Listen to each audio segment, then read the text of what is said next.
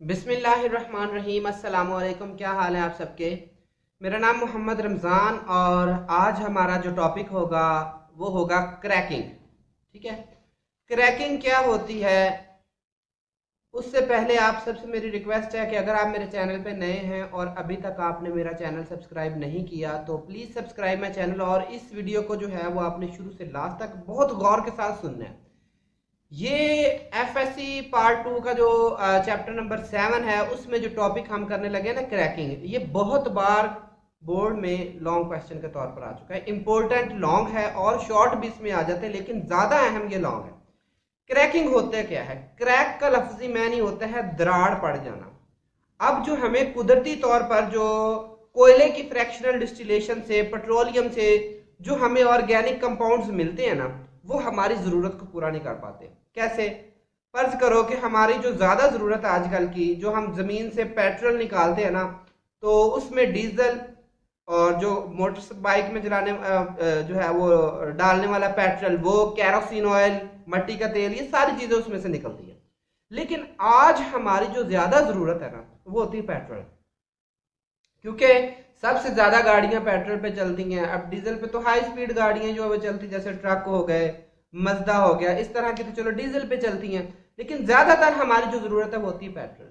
अब जो हम कुदरती तौर पर हासिल करते हैं ना वो 20% से ज्यादा नहीं होता कैरोसिन ऑयल जिसको हम इस्तेमाल कर सके, लेकिन हमारी मांग ज्यादा। तो हम क्या करते हैं कि जो डीजल है ना असल में ये बड़े मालिक्यूल्स पर मुश्तमिल होता है और जो पेट्रोल है ना ये छोटे मालिक्यूल्स पर मुश्तमिल होता है।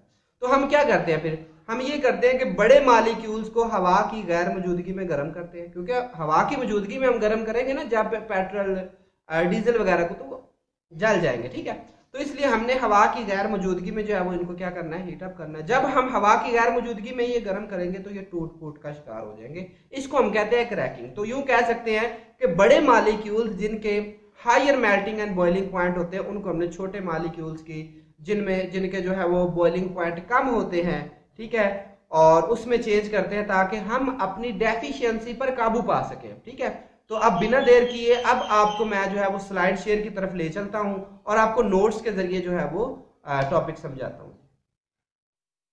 जी बिस्मिल्लाहिर्रहमानिर्रहीम। अब हमारा जो टॉपिक मैंने अभी बताया वो है क्रैकिंग ऑफ पेट्रोलियम। कि क्रैकिंग ऑफ पेट्रोलियम होती क्या है? सबसे पहले क्रैकिंग की डेफिनेशन हम करते हैं। क्रैकिंग की डेफिनेशन क्या है? The process of breaking of large hydrocarbon with high boiling point into smaller hydrocarbon with low boiling points is called cracking. के बड़े मालिक्यूल जिनका बॉइलिंग पॉइंट ज्यादा है उनको आपने तोड़कर छोटे मालिक्यूल में जो है वो चेंज करना है कि जिनका बॉइलिंग पॉइंट कम है। तो इस प्रोसेस को हम क्या कहते हैं? क्रैकिंग। जैसा कि अब आपके सामने एक एग्जांपल है कि हमारे पास एक कंपाउंड है जिसमें 16 कार्बन है और 34 हाइड्रोजन है। इसको हमने हीट करना है और 700 डिग्री सेंटीग्रेड पे जो है वो हमने इसको गर्म करना है। इसका नाम जो है ना वो है हेक्साडिकेन। ठीक है, तो अब ये किस में चेंज हो रही है? देखें, एक ये इसका पोर्शन बन गया, एक ये इसका पोर्शन बन गया और एक ये इसका पोर्शन बन गया। इसको हेप्टेन कहते हैं, ये इथीन है और ये प्रोपीन है। तो अब क्या हुआ कि एक बड़े मालिक्यूल को अगर आप इसको ना तरतीब से सी सी सी इस तरह का लिख लो, काफी बड़ा मालिक्यूल है ये। तो अब हमने क्या किया कि इस बड़े मालिक्यूल को हमने तोड़कर जो है वो किस में चेंज कर लिया? एक छोटे मालिक्यूल में, जो कि हमारे, अब देखिए यहाँ पे हमारे पास 3 छोटे मालिक्यूल यूज हो गए हैं। अब ये अगर यूज होगा तो ये एक जगह होगा, लेकिन ये जो है यूज होंगे तो ये 3 जगह यूज होंगे। तो इसलिए जो है वो बड़े मालिक्यूल्स लार्ज हाइड्रोकार्बन जिनके हाई बॉइलिंग पॉइंट होते हैं उनको हम फिर छोटे हाइड्रोकार्बन में चेंज करते होते हैं। ठीक है, ये इसके एग्जांपल में आ जाता है। अब इंपॉर्टेंस क्या है और जो हम ये कोशिश करते हैं, क्रैकिंग करते हैं, इसकी इंपॉर्टेंस क्या है? तो जो फ्रैक्शनल डिस्टिलेशन है ना पेट्रोलियम की, सिर्फ और सिर्फ गिव्स ओनली 20% गैसोलीन। इस तरीके से सिर्फ और सिर्फ हम 20% जो है वो गैसोलीन हासिल करते हैं। But it's demand is very high, लेकिन इसकी डिमांड बहुत ज्यादा है क्योंकि वो हमारी खपत ज्यादा है। मतलब जितने भी गैसोलीन है ना, ये स्मॉलर हाइड्रोकार्बन होते हैं, पेट्रोल वगैरह में बहुत ज्यादा जो है इसका एक लाजमी जुज होता है ये। तो गैसोलीन कंटेन स्मॉलर हाइड्रोकार्बन। अब fractional distillation of petroleum also give kerosene oil and gas oil. अब उनकी डिमांड लो है, यानी कि कि जो कंपाउंड है ना, ये कैरोसिन ऑयल और गैस ऑयल, इनकी डिमांड जो है वो हमारी कम है, ये हमारे कम यूज होते हैं। तो दीज कंटेन लार्ज हाइड्रोकार्बन, तो इसका मतलब ये है कि इसमें लार्ज हाइड्रोकार्बन होते हैं, किनमें, कैरोसिन ऑयल और गैस ऑयल को। तो 10 larger hydrocarbon are converted into smaller hydrocarbon by cracking to increase the yield of gasoline. तो फिर क्या करते हैं हम कि ये जो लार्ज हाइड्रोकार्बन होते हैं इनको तोड़कर छोटे छोटे पार्ट्स में तकसीम कर लिया जाता है ताकि हमारी जो गैसोलीन की कमी है उसको हम पूरा कर सकें।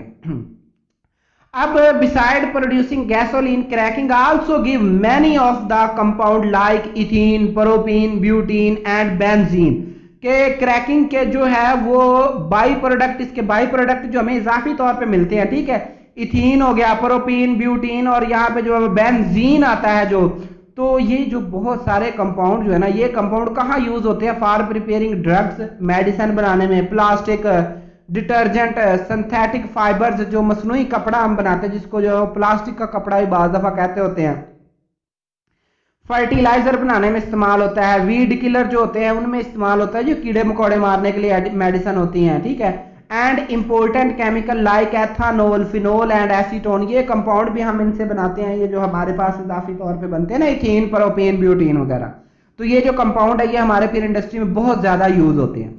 अब टाइप्स ऑफ क्रैकिंग में कौन कौन सी है, टाइप्स जो है वो इसकी पहली आ जाती है थर्मल क्रैकिंग, फिर आती है कैटालिटिक क्रैकिंग, नेक्स्ट जो है वो है स्टीम क्रैकिंग। तो अब वन बाय वन डिस्कस करते हैं। सबसे पहले है थर्मल क्रैकिंग। थर्मल क्रैकिंग क्या होती है कि breaking of large molecule by heating at high temperature and pressure, कि आपने हाई टेम्परेचर और प्रेशर पे जो है वो मॉलिक्यूल को ब्रेक करना है, तो इस क्रैकिंग को हमने क्या कह देना है कि ये थर्मल क्रैकिंग है, ठीक है।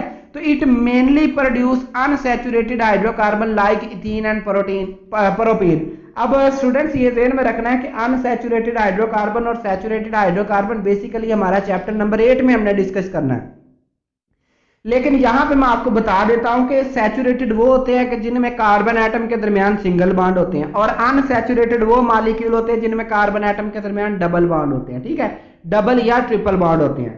तो ये अनसैचुरेटेड हाइड्रोकार्बन होते हैं जिसमें हमारे पास इथीन और प्रोपीन सरफरास्त है, इससे हम बहुत सारे कंपाउंड जो है वो इस्तेमाल करते हैं। तो थर्मल क्रैकिंग जो है वो हमें बहुत ज्यादा टेम्परेचर पे, लेकिन याद रहे इन दी एब्सेंस ऑफ एयर, ये सारी की सारी जो है वो होती किसमें, हवा की गैर मौजूदगी में। नेक्स्ट आ जाती है कैटालिटिक क्रैकिंग। अब कैटालिटिक क्रैकिंग इसके नाम से ही पता चल रहा है कि हमने जो है वो कैटालिस्ट यूज करना है। तो it is done at lower temperature, कितना, 500 डिग्री सेंटीग्रेड, एंड प्रेशर, यानी कि टेम्परेचर भी लो, प्रेशर भी low, in the presence of a catalyst. एक कैटालिस्ट की मौजूदगी में जो हम क्रैकिंग करते हैं ना, तो इसको हम क्या कहते हैं कि ये कैटालिटिक क्रैकिंग है। तो typical catalyst is a mixture of silica and alumina, ठीक है। ये जो कैटालिस्ट जो है वो ज्यादातर यूज होते हैं। It produce better quality gasoline with higher octane number, कि ऑक्टेन नंबर जो है वो इसका अच्छा होता है। ऑक्टेन नंबर से मुराद होता है कि अच्छी क्वालिटी का जो है वो फ्यूल हमें मिलता होता है। नेक्स्ट है स्टीम क्रैकिंग। अब इसमें हम क्या करते हैं, स्टीम क्रैकिंग क्या है, it is done by mixing vapours of higher hydrocarbon with steam heated for a short period at 900 degree centigrade and then cool rapidly। तो हम क्या करते हैं कि इसमें हमने जिस कंपाउंड की जो है वो क्रैकिंग करनी होती है, पहले उसको वेपर में चेंज करते हैं। जब वेपर में चेंज करते हैं तो उसके मॉलिक्यूल छोटे हो जाते हैं, तो साथ ही हम उसमें स्टीम जो है वो, यानी कि भाप, पानी की भाप, वो मिक्स कर देते हैं। अब जब आप उसको कूल करते हैं तो वो लिक्विड में चेंज होता है, तो पानी की जो भाप होती है वो भी साथ जो है वो पानी में चेंज हो जाती है। जो नॉन पोलर कंपाउंड होते हैं ना, पानी उनको फिर आपस में जुड़ने नहीं देता।